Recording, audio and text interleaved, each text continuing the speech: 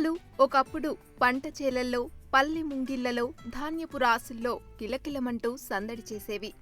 నాడు గ్రామాలలోని ఇళ్ల ముంగిట ఇవి గుంపులుగా వాలడం, ఏదో అలికిడి అవగానే తుర్రుమని ఎగరడం వంటి దృశ్యాలు సందడిగా చూడముచ్చటగా ఉండేవి.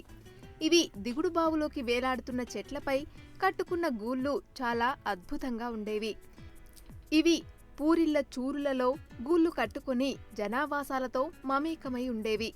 పిచ్చుకలు జనావాసాలతో మమేకమై జీవిస్తున్న వీటి విషయాల్లో ఇవి మెత్తని పీచు వంటి వాటితో గూడు కట్టడం, గుడ్లను పొదగడం, నోటితో ఆహారాన్ని తెచ్చి పిల్లలకు అందించడం, ఆ పిల్లలు రెక్కలొచ్చి ఎగిరేంత వరకు జాగ్రత్తగా కాపాడటం మనకు తరచూ కనిపించే దృశ్యాలు.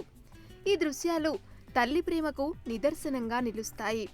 పిచ్చుకల ప్రాధాన్యతను గుర్తించిన భారత ప్రభుత్వం తపాలా బిల్లును కూడా విడుదల చేసింది.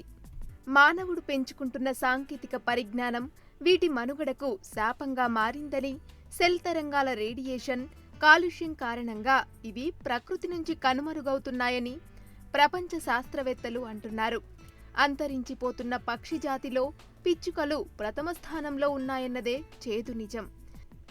జనావాసాల మధ్య నివసిస్తున్న పిచ్చుకల మనుగడకు ప్రమాదం ఏర్పడితే అది మానవ మనుగడకు ఎందుకు ప్రమాదం కాదు అని గుర్తించాయి ప్రపంచ దేశాలు. కర్ణుడి చావుకి ఎన్ని కారణాలున్నాయో పిచ్చుకల అంతరార్థం వెనుక అన్ని ప్రతికూల పరిస్థితులు ఉన్నాయి. పెరుగుతున్న రసాయన ఎరువుల మోతాదు పిచ్చుకల మనుగడకు ప్రశ్నార్థకం చేస్తున్నాయి. వాతావరణంలో చోటు చేసుకుంటున్న మార్పుల వల్ల వీటి మనుగడ కష్టంగా మారింది. నిత్యావసర వస్తువుల్లో ఒకటిగా మారిన సెల్ ఫోన్ పిచ్చుకల పాలిట రాక్షసిగా మారిపోయింది. సెల్ టవర్ల రేడియేషన్ చిన్ని ప్రాణుల పునరుత్పత్తి వ్యవస్థను దెబ్బతీస్తున్నాయి.